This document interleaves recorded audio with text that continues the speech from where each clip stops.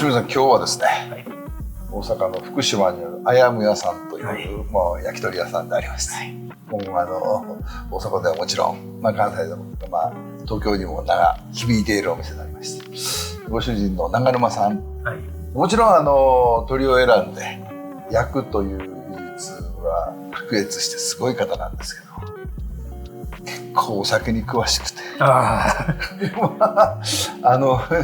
今までもいろんな取り組み、もちろん高いものを揃えるのがいいっていうことではなくて、本当にレアなものを探してきたりとか、はい、自分とこの焼き鳥に合うものをきちっと、お使いになってて、それも非常にありがたいお値段というのも一つのポイントでありまして、本人もお酒大好きなんで、今日は、長沼さんにですね3種類ぐらい鶏を焼いていただいて、はい、どういう飲み物を合わせていただけるか非常に楽しみであります。本当ですね。はい、ではまず、はい、せせりですね。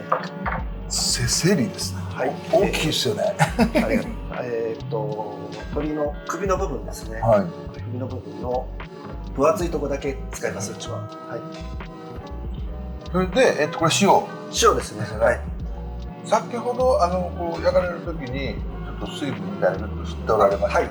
まずですね、はい、ちょっとインパクトの強い細かい塩をかけまして、はい、から焼くんですけど、はい、ちょっと紀州備長炭の火力が非常に強いんで、はい、そのまま乗せると塩が溶ける前に焦げてしまうんです。はい。溶かす意味でスプレーしてます。はい。はい、あれはお酒で水ですね。水にちょっとだけお酒入ってたりしますね。はい。それで一周馴染まして、そうですね。で最後に長崎の対馬の粒の大きいまろやかな塩を一口目だけかけて、胡椒をかけてお出ししてますね。一口目だけね。はい、一口目だけ。ではいただきます。はい、いただきます。僕も食べたりして。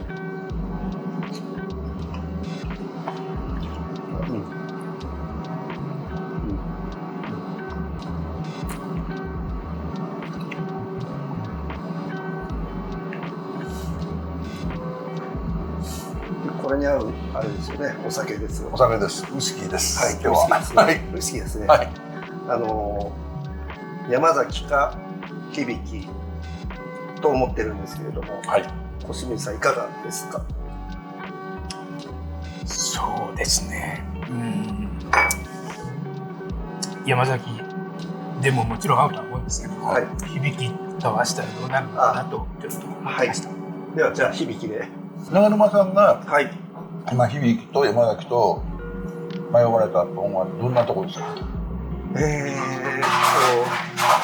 そうですね。あんまりね、僕のんびんの方はあんまり飲んでないんですけれども、響の方がこう少し繊細な感じで、山崎の方がこう力強い感じがするんですけど、そのせせりの油とか肉の感じにどうかなというところがありまして、ちょっとプロの方にお聞きしたいなと。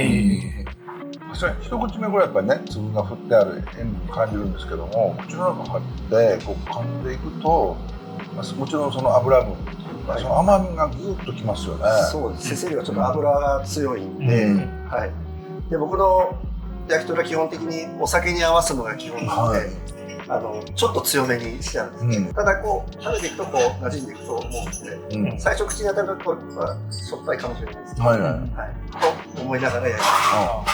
基本はハイボールですか？基本はハイボールが多いです。食中酒はハイボールか水割りでお願いしてるんですよ。ロックとかストレートは食べ終わった後でしたらお出しします。なるほど。形にしてます。だから最初から言われた時はもうお出ししない。はい。いいですね。納得です。やっぱりその度数との関係があると思うので、最初うちはハイボール出してなかったんですよ、実は。ただこうハイボールを他の店で飲んでるうちに、これ焼き鳥とこの油との関係がいいんじゃないかなと思って始めました。はい。それは炭酸のこう発泡性があるということも含めてですか？そうです。度数がこう薄くなる割にそんなにこう薄いっていう味が薄くなるっていう感じもしなかったんで、それで今うちはなんか最後ちょっと振ろうとしてるんですけど、これだったらもう味わいもくるから大丈夫かなと思って待っております。確かにこの油の感じがハイボール歌いますね。俺も飲むの作ってくれる。今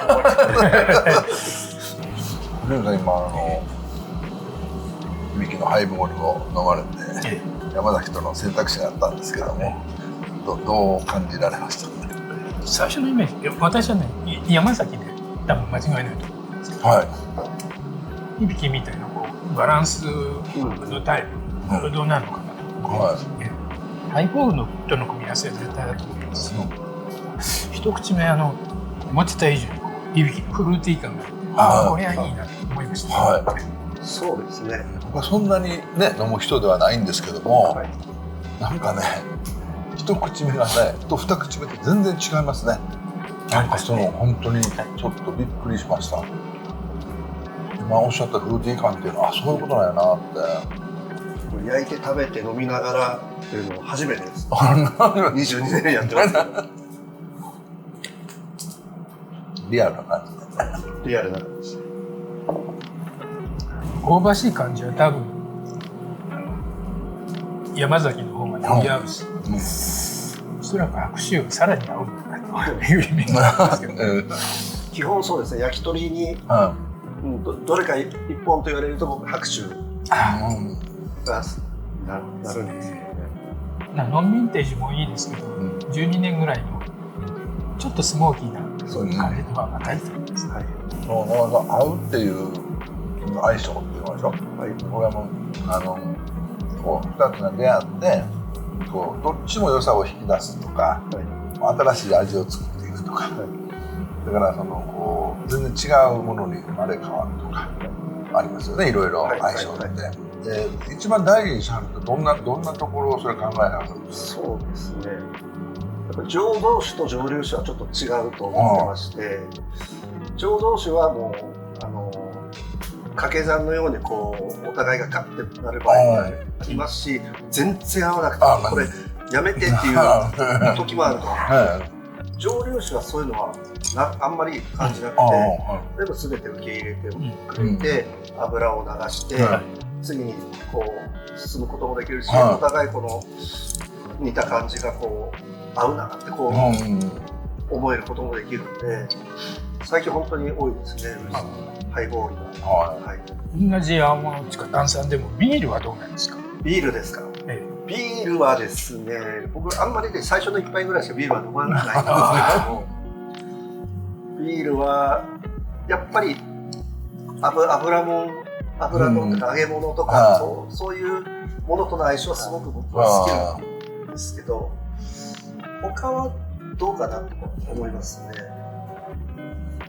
フライもん、揚げ物は絶対いいですよね。揚げ物はそうですね。だから唐揚げとかの時はまず最初ビールかといった後にハイボールです。ビール何杯もいくとちょっとしんどくなってくるんですよ。今日これ食べて一番最初にちょっと甘さが感じる。で藤見さんフルーティーさって言わはったんですけども、僕なんかまた甘さを感じて、そのこう2つの甘さがなんかまたこう寄ってきたなと。でも2口目から今度違う感じになってきて、でこれはすごく面白い変化やし、まあね、山崎の方はとかおっしゃいましたけども、これなんかウイスキーの持っている特徴なのかなって。そうですね。最後にフロートですか？はい。ありがとうございます。やっぱりね、もう酒飲みなんで、あそこでこう最初にウイスキーの味がクッとしないとなんかその後がこうそれだと後から薄いくてもいいと思うんです。だから逆に言うと少し食調酒なんで下の方は薄めに作ってあるんですね。その方がこう飲めるしいいなと思って、それをこういろんな考えたら、薄めに作って最後振ろうとしたら一番いいんじゃないかと思ってうちらやってるんですよね。私もだからサラリーマン辞めてこの店やるときは、焼き鳥っていろんなお酒が合うのになんでみんなちゃんと揃えてないんだろうっていうところから始まったのもあるんで、でも薄めに作って振ろうとするって食べ物屋がやったら一番いいような気がするんですよね。そうですよね。さあ次いきます。ということは長沼さんの場合は基本的に料理人ですか？基本的で料理人です。焼き職人です。焼き職人ってでもこの焼き鳥の一本に対するそうですねに何がっていう、ここのことは一番分かってるわけですよね。ソムリエの人はお酒の知識はいっぱいあるけども、だからちょっとアプローチが違うような気もするんですね。そうですね。一本一本だから合うお酒はイメージはしてます。